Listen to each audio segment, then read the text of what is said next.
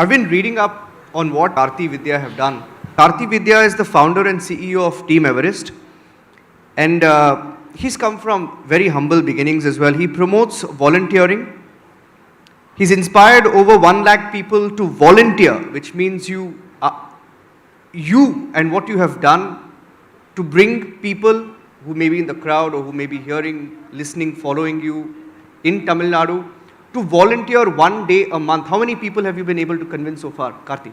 See, currently our number stands at 1,20,000 people have volunteered. These are not just from Tamil Nadu. I am from Chennai right now, but these volunteers are from 2,000 different places across India and 30 different countries. All Indians but wanting to give back to the society. So these are NRIs. Despite going outside the country, they want to contribute back to our country. So it's been 18 years. I started this journey in 2006. 18 years we are able to inspire 1,20,000 people, and in the process we were able to touch the lives of close to a million children right now, 1 million. And when you say volunteer, what does volunteering mean or entail? See, for me the difference is when I say volunteer, it's giving time. I'm not calculating giving in as money, as donation. It's about giving time. So my definition of volunteering is doing anything good without expecting anything in return. That's my definition of volunteering. So what does a typical volunteer in the field of education do, Karthee? See, typically I would say education is the very favorite theme for many of the volunteers. The reason being, right, see, for someone like me, I am an engineer by education. For me to go and do a heart surgery or say fight some legal cases, very difficult, because these are very thematic things that you need to be specialized at, right? But whereas everyone goes through school education, college education, so what happens is everyone at least understands school's education. So most of these volunteers are involved in teaching actually. When I say teaching, it's not just academics, it could be extracurricular activities, it's sharing what you know. So if you look at actually even our logo, right, it will be like a person try to climb the mountain, and there will be another person already at the top who will be trying to help the person who is trying to climb and lift them up. That sums up what we try to do. So as people, we know something and other person doesn't know that. Can you just extend your hand, lift that person there? So it could be a drawing, or it could be dance, or it could be cooking, it could be maths, it could be science. Because I have something which you don't have, then I have the heart to give, so can I share that with you and lift you there so that we can together enjoy that view from the top of the mountain. And I always believe volunteering has a potential to make a difference, and by nature all humans have that kindness. All we try to do is tap that goodness inside that human being and channelize it for the welfare and goodness of the society. That's what we are doing for the past 18 years. I know a student called Karthik, who's our alumni, because that school has only up to 8th standard. He moved to 12th right now and he scored good marks, and he told he want to study engineering, but he doesn't have money to go and study there. When I met him, I asked him what he wants to become. He told, I want to become an automobile engineer. And I asked him, okay, have you applied in Tamil Nadu? Then to apply for Anna University. I asked him, have you applied? He told no. I asked him why, because he told it costs 500 rupees and I can't afford that money. So I decided to become a samosa seller itself. All I did is I wrote an email to our volunteers. People contributed. 4 years we financially supported him. Plus our volunteers were training him, teaching him, all those support. 2012 he passed out engineering, and he is an assistant manager at Royal Enfield right now. Amazing. And he has bought a land at Chennai, built a house, he has a kid, and he is sponsoring one student as part of our scholarship today. For me, his story is a great example what volunteering could do just by intervening in someone's life and giving without expecting anything in return could make a huge difference. That's why I typically say it's not just God who could change lives, it's change makers here. Volunteers has a potential to change life because everyone has a potential to give. That's the story. That's my favorite story always. It's a fantastic story. I mean, someone who's the commander of 1.2 lakh volunteers, I think it's a fantastic story. Fantastic story. I'm getting specific now. The subject today is digitizing education for all. Karthee, you were speaking about, I mean, it's a fantastic insight that I got from him. I asked him, how do you digitize education. And you spoke about AI, and it just blew my mind. Why don't you tell our viewers about how you think AI can change education, especially in government schools and in the rural sector? Okay. So maybe even before going to AI, I will talk about mobile phones and then add AI actually. Now what has happened is, right, see when I talk about digitizing education at school level, we are talking about institutions. But institutions, inside institutions is individuals who come there. Now what has happened actually is every person actually has a smartphone, even the underprivileged, the financially poor also, most of them are having smartphone, at least at Tamil Nadu what I have seen is, at Chennai, if you look at it, 9 out of 10 or 9.9 out of 10 people has the phone. And in rural areas, we have seen 60 to 70% penetration of smartphone. Everyone has a phone, button phone, but smartphone, at least 6 to 7 people out of 10 people are having this. So I will tell you one of my personal experience to start with how mobile phone has helped. See, I think 2011 or 12, the first time I got a chance to go to US outside the country, that's my first foreign visit. And I was to flight, I saw a different culture which I've never seen in my life at all. I had a wish, oh my God, like everything is very different here, and we all believe that we were a victim of our the places where we are in, and the moment you go see there, now all your thoughts, perspectives get broken actually. I felt, like I had a thought while I was returning from US at that time. I had a thought that how nice it would be every child in India gets a chance to go and experience a very different culture so that we become, much bigger in our minds and thoughts. But that was very impossible. Thanks to mobile phones, what happened, why can't we bring that country here? So we have an initiative called Hello India.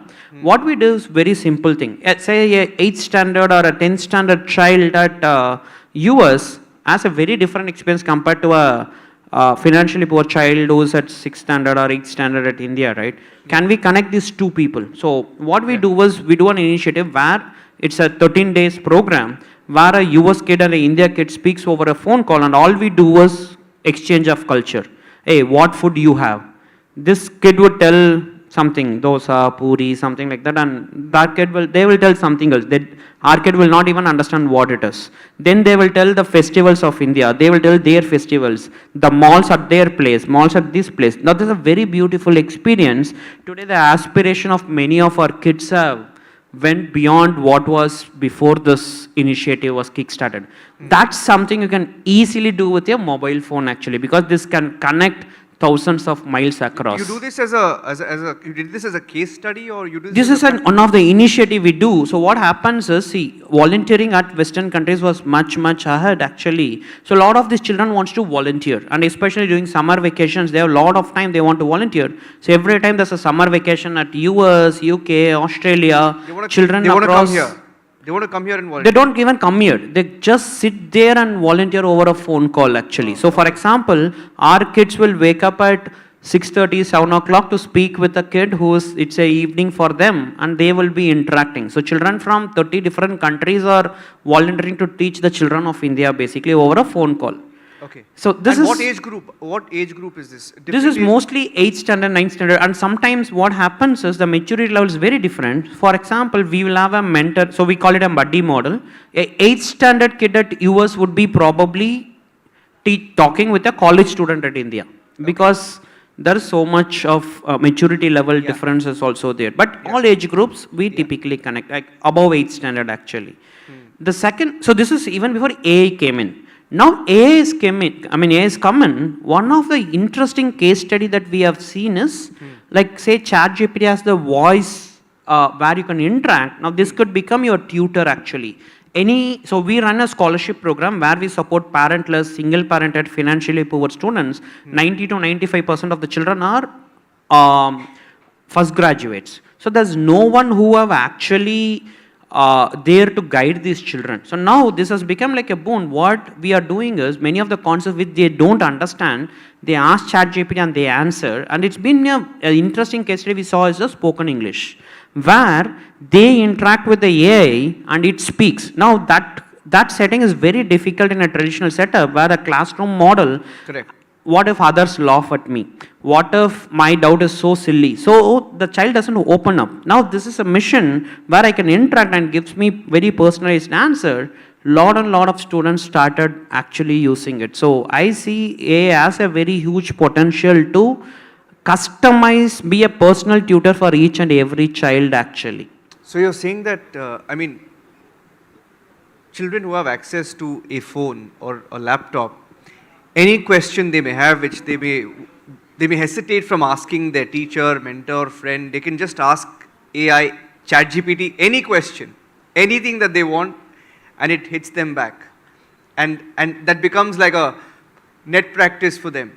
Absolutely, yes. See, now today what is happening actually is, see, one is democrat, like how internet is democratized, it should be democratized. It should not be only for the rich, it should also reach the poorest of the poor in this country. Absolutely. That's one. Yeah. Second thing is, okay, you have the tool at your hand, but if you're not using it the right way, still the benefit doesn't reach it. See, today, the mobile phone, you have the value, the privileged people take out of a mobile phone compared to the value of financially people take of the Explain that. You said value a privileged person takes from a mobile phone versus the value a, let's say, Financially from a poor. background, Yeah. poor background.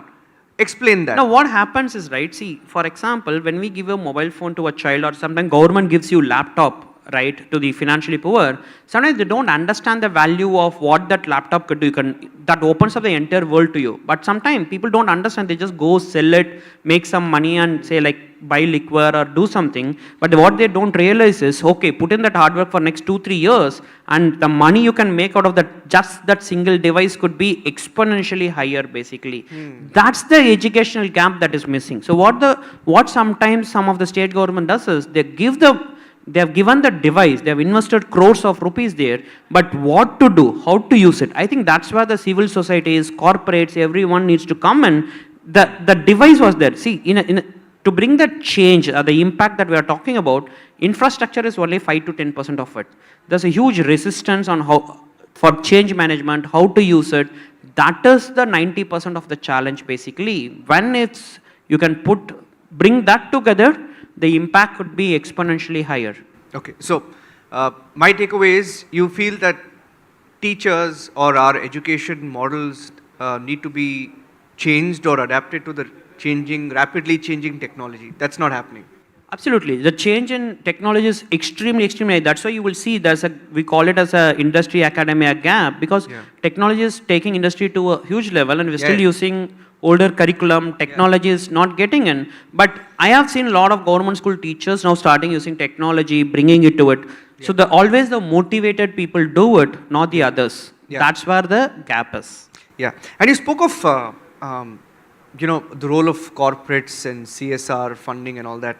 How much of that is a substitute for what the government does? How big is it or how small is it? I'm just trying to get a extremely comparison. very small. I think around 16,000, 18,000 crores is what is coming to the sector from the corporates basically. Okay, that's Across a very India? small. Across India. The CSR 2% rule that we are talking about, which is a very small, tiny percent of the entire GDP the budget allocates. The way I look at corporate role or voluntary, see, no one is here to substitute government. We are here to work with the government. And most of the time, one of the belief that we think is the role of the government to fix it.